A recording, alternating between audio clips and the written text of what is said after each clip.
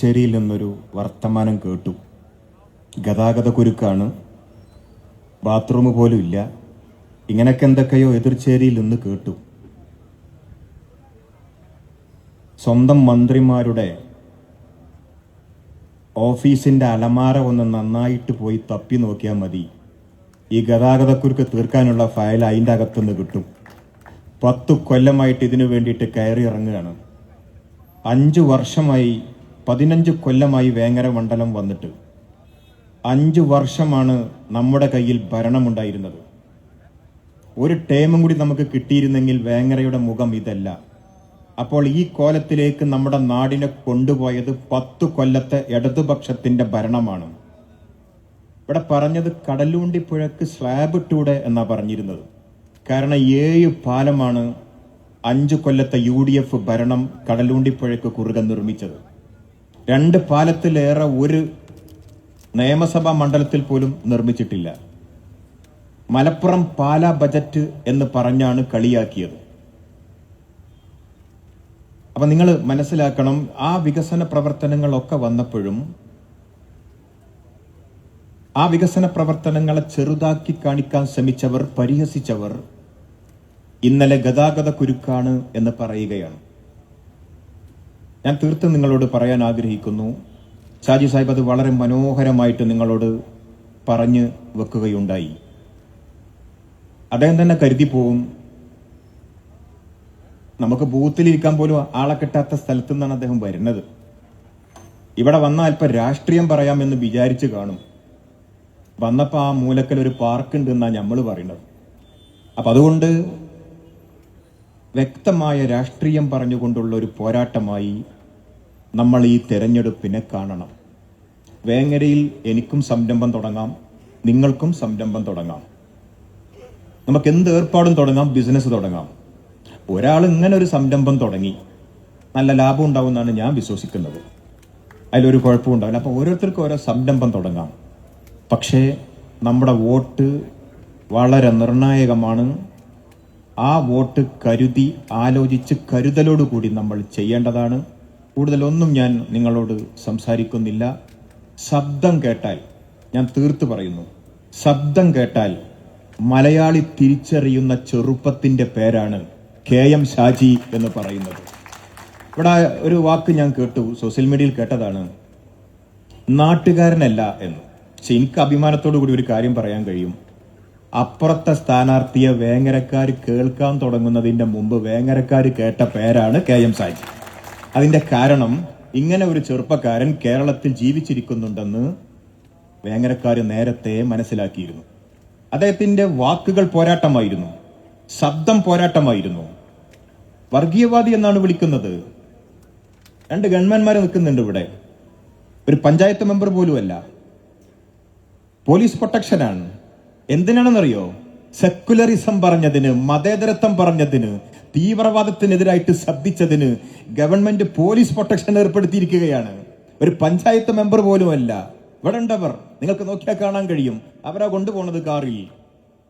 എന്നിട്ട് വർഗീയവാദി എന്ന് വിളിക്കുന്നു. ഞാൻ പറയുന്നത്, വേങ്ങരയിലെ ജനങ്ങൾ ഉത്ബുദ്ധരാണ്.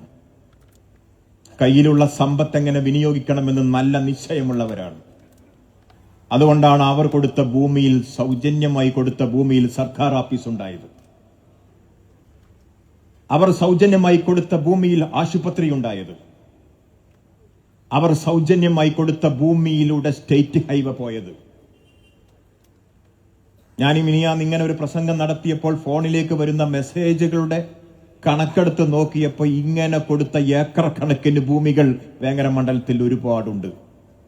അവർ പാർക്കുണ്ടാക്കുകയല്ല ചെയ്തത്, തന്റെ അനന്തരാവകാശികൾക്ക് നാളെ ഉപയോഗിക്കേണ്ട സമ്പത്ത് സർക്കാരിന് എഴുതി കൊടുക്കുകയാണ് ചെയ്തത്. അവിടെയാണ് ഈ സ്ഥാപനങ്ങളൊക്കെ നിൽക്കുന്നത്. അങ്ങനത്തെ ഒരു മാതൃകയും ചെറുപ്പക്കാർ അറിയേണ്ടതാണ്. അങ്ങനത്തെ ഒരു മാതൃകയും ഈ നാട്ടിൽ കഴിഞ്ഞു പോയിട്ടുണ്ട്. ഒരു സംശയവും ആർക്കും വേണ്ട. ആശുപത്രി ഉണ്ടാക്കി, സർക്കാർ സ്ഥാപനങ്ങൾ ഉണ്ടാക്കി. ഇതൊക്കെ കണ്ണായ സ്ഥലത്താണ്. കണ്ണായ സ്ഥലത്ത് കുന്നുംപുറത്ത് പോയിട്ടുണ്ടോ? അവിടുത്തെ ആശുപത്രി കണ്ടിട്ടുണ്ടോ? ഏക്കർ കണക്കിന് ഭൂമി നിൽക്കുന്ന ആശുപത്രി ഒരാള് വെറുതെ കൊടുത്തതാണ്. നല്ല പാർക്കിനും ഗ്രൗണ്ടിനും പറ്റിയ സ്ഥലമാണ് ഞാൻ നോക്കിയപ്പോൾ. പക്ഷേ ആശുപത്രിയാണ്. അതുകൊണ്ട് നമുക്ക് ഈ തെരഞ്ഞെടുപ്പിൽ രാഷ്ട്രീയം പറയാം, നയം പറയാം, ആദർശം പറയാം, നിലപാട് പറയാം. ഭയങ്കര പ്രബുദ്ധമായൊരു നാടാണ്, പ്രബുദ്ധമായൊരു സ്ഥലമാണ്. ആ പ്രബുദ്ധതക്ക് കോട്ടം തട്ടാൻ പാടില്ല. ഈ ഞാൻ പറയുന്നത് യൂട്യൂബിലൊക്കെ റീച്ചുള്ള കുട്ടികളൊക്കെ പിടിക്കുകയാണ്. എന്നിട്ടിപ്പം ഇവർ പറഞ്ഞു കൊടുക്കുന്നത് പറയിപ്പിക്കുകയാണ്. അതുകൊണ്ട് നിങ്ങൾ എത്ര പ്രചരണങ്ങൾ നടത്തിയാലും കള്ളം പറഞ്ഞാലും അത് തിരിച്ചറിയാനുള്ള ശേഷി വേങ്ങരയിലെ ജനങ്ങൾക്കുണ്ടെന്ന് അവർ തെളിയിക്കും. ഞാൻ നിങ്ങൾക്ക് ഒരു ഉറപ്പ് തരുന്നു.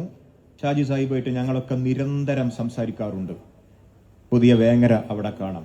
പിന്നെ ഞങ്ങൾക്ക് ചിലതൊക്കെ അറിയാൻ താല്പര്യമുണ്ട്. ഈ സ്ഥാനാർത്ഥിയുടെ കൂടെ ഇടതുപക്ഷവും അവരുടെ ഘടകകക്ഷികളുമല്ലാത്ത വേറെ ആരെങ്കിലും ഉണ്ടോ എന്ന് CPM വ്യക്തമാക്കണം. CPMന് അത് പറയാൻ മടിയാണെങ്കിൽ അല്പാസ്വല്പം ഉസുരും പുളിയൊക്കെ ഉണ്ടെന്ന് ഞങ്ങൾ വിശ്വസിക്കുന്ന CPI എങ്കിലും അത് പറയണം. നിങ്ങൾ രണ്ടാളും പറയണില്ലെങ്കിൽ 2 ദിവസം കൂടി കഴിഞ്ഞാൽ ഞങ്ങൾ എന്നെ പറയും. അതുകൊണ്ട് ആരൊക്കെ കൂടെ ഉണ്ടെന്ന് വ്യക്തമാക്കണം. ഞങ്ങൾക്ക് നേരെ വർഗീയത പറഞ്ഞ് ജനങ്ങളെ തെറ്റിദ്ധരിപ്പിച്ച് വോട്ടുണ്ടാക്കാൻ നോക്കുന്നവരോട് ഒരു വാക്ക് ഞാൻ പറയുന്നു, അത് ഞങ്ങൾ പറയുക തന്നെ ചെയ്യും. അതുകൊണ്ട് കേരളം അത് കേൾക്കാൻ കാത്തിരിക്കുന്നുണ്ട്. അത്രമാത്രമേ ഞാനിപ്പോൾ പറയുന്നുള്ളൂ. എല്ലാവർക്കും ഈ കൺവെൻഷൻ നിങ്ങൾ കണ്ടതാണ്. ഞാൻ അവിടെ ഇരുന്നപ്പോൾ എൻ്റെ അടുത്ത് ഇരുന്നിരുന്ന ആലിപ്പു സാഹിബിനോട് പറഞ്ഞു, വേങ്ങരയിലെ പ്രമാണിമാര് നിറഞ്ഞിരുന്ന സദസ്സാണിത്, അവരെണീറ്റ് പോയ സദസ്സാണിത്. ഓരോ വ്യക്തിയും ഒരു പ്രസ്ഥാനമാണ് ഈ വന്നിരുന്നിരുന്നവരൊക്കെ. പള്ളി കമ്മിറ്റിയും മഹല്ല് കമ്മിറ്റിയും മദ്രസ കമ്മിറ്റിയും സ്കൂളും ക്ഷേത്ര കമ്മിറ്റിയും അതുപോലെ തന്നെ നാട്ടിലെ പൊതുകാര്യങ്ങളും ഒക്കെ കൈകാര്യം ചെയ്യുന്ന മനുഷ്യരാണ് ഇവിടേക്ക് ഈ ഒഴുകി വന്നത്. അവർക്ക് ഈ നാടിൻ്റെ ആഗ്രഹം എന്തെന്നറിയാം. അവർ നിറഞ്ഞ ഒരു ഗംഭീരമായ ഒരു സമ്മേളനം തന്നെയാണ് ഈ കൺവെൻഷനിലൂടെ നമ്മൾ നടത്തിയത്. അവിടേക്ക് വന്ന നിങ്ങൾ എല്ലാവരെയും അഭിവാദ്യം ചെയ്തുകൊണ്ട് ഞാൻ എൻ്റെ